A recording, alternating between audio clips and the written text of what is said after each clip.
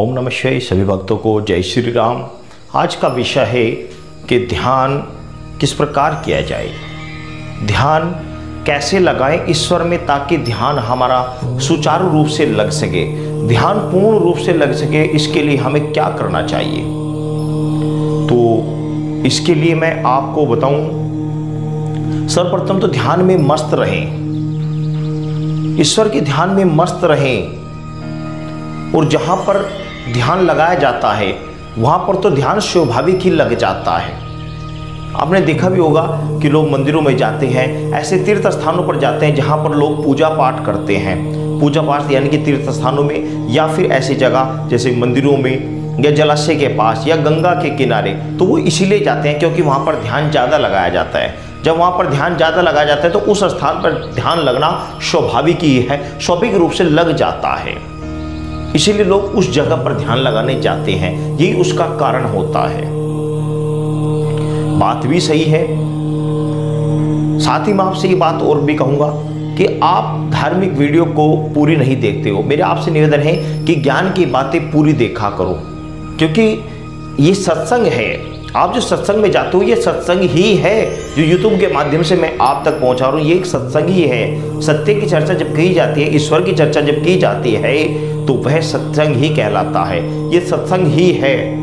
तो आपसे निवेदन है कि सत्संग से संबंधी बातें पूरी देखा करें। ईश्वर की भक्ति का ध्यान करने का तरीका यदि आपके पास सही तरीका होगा तो आप ईश्वर तक शीघ्र पहुंच जाओगे।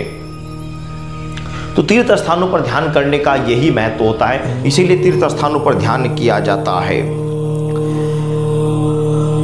किसी प्रकार की सांसारिक बात आवे ही नहीं, संसार का ध्यान आवे ही नहीं, इस प्रकार ध्यान करना चाहिए। चाहे ध्यान साकार हो या निराकार हो, कोई भी हो, इष्ट आपका कोई भी हो, कैसी भी स्थिति हो, बस ध्यान करते रहें। यानी कि परिश्रम और प्रयत्न दोनों चीज निरंतर करते रहें, तभी आपका उद्धार है।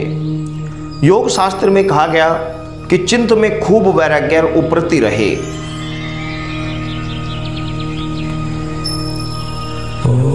शब्द तो शब्द का वातावरण बनाता है। जैसे जहां पर ओम की ध्वनि एक साथ गूंज रही हो, कुछ संत महात्मा एक साथ ओम का उच्चारण कर रहे हो, तो वहां पर ओम की ध्वनि का उच्चारण स्वाभाविक रूप से अनायास ही कुछ समय बाद वहां पर सुनाई देने लगेगा। मन में एक प्रकार की वासना हो तो उस तरह का वातावरण फैलता है। आप जैसे भी मन में भावना रखोगे, जैसे भी मन में विचार रखोगे, अपने आसपास वैसे ही वातावरण फैलता है। क्योंकि मैं आपको एक बात बताऊं, जैसे आप एक कमरे में हैं, आप जो भी विचार हर रोज वहां पर रखते हैं, वे विचार उस कमरे में स्वाभाविक रूप से फैल जाएंगे और अन्य व्यक्ति जब उस कमरे में आएगा तो उसको स्वाभाविक ही वे विचार आएंगे। जैसे कि हम मंदिर में जाते हैं, मंदिर में जाते ही अनायास ही हमारे दोनों हाथ झुककर भगवान को प्रणाम करने का मन करता है, चाहे आप नास्तिक हो या आस्तिक हो। क्यों? क्योंकि वहां पर वातावरण ऐसा ही बना हुआ है।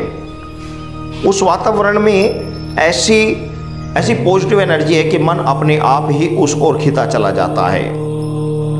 इंद्रियों से जैसी चेष्टा या क्रिया हो वैसा ही वातावरण फैल जाता है।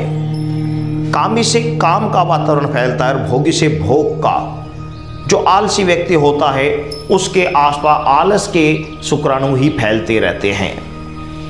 ध्यान के वातावरण से स्वाभाविक ही दूसरों पर ध्यान का असर पड़ता है। यदि आप ध्यान करते हैं, ईश्वर का ध्यान करते हैं, उनके सानिध्य में रहते हैं, तो आपके सानिध्य में जो भी व्यक्ति आएगा उसका स्वाभाविक ही ध्यान करने को मन करेगा, पूजा की ओर मन बढ़ चलेगा। यह स्वाभाविक बात है। ध्यान में मस्त होकर घूमे तो ध्यान के परमाणु चारों ओर अपने आप ही फैलते रहते हैं। शब्दों से भी ऊंचा दर्जा मन और बुद्धि का होता है। हम जो जाप करते हैं शब्द के द्वारा, जैसे कि हम जाप कर रहे हैं जय श्री राम, जय श्री राम, जय श्री राम, ओम श्री हनुमते नमः, ओम श्री हनुमते नमः, या ओम नमः शिवाय, ओम नमः शिवाय, ओम नमः शिवाय। इनसे भी ज़्यादा मैं तो मन और बुद्धि का होता है, क्योंकि मन और बुद्धि यदि उसके साथ उस समय लगी हुई होगी तो उसे ईश्वर प्राप्ति में देर नहीं होगी, ईश्वर प्राप्ति से शीघ्र हो जाएगी।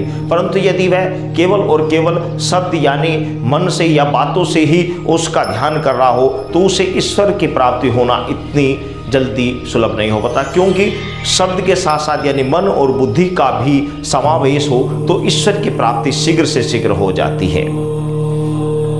तो आप सर्वप्रथम अपने आप को सुधारें, दूसरा आपको देखम देख अपने आप ध्यान लगाने लगेगा, क्योंकि आज एक नियम है, जो भी व्यक्ति होते हैं वे अपने से ऊंचे व्यक्ति को देखकर उसका अनुसरण करते हैं।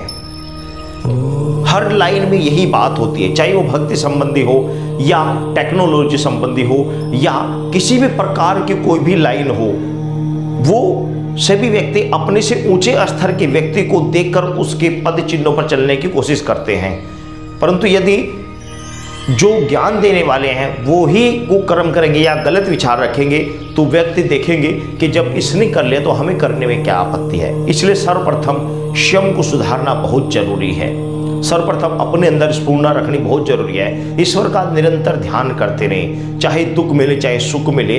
ये प्रारब्ध का दोष है, प्रारब्ध पे हमने जो किया हुआ है उसके अनुसार हमें मिल रहा है, उसको छोड़ दीजिए। फिलहाल निरंतर ईश्वर का ध्यान मन और बुद्धि से, मन और विवेक के साथ उनका निरंतर ध्यान करते रहें, ध्यान में मस्त रहें। जहाँ भी जाए जब भी समय मिले बस ओम मन से जिस भी आपका इष्ट है, जो भी आपको जिसको भी आप अपना इष्ट मानते हैं, चाहे हनुमान जी को माने चाहे श्री रामचंद्र जी को माने, जिसको भी माने उसको आप बस उसका निरंतर ध्यान करते रहें। बस चाहे जैसे भी हो उसका ध्यान निरंतर बना रहना चाहिए।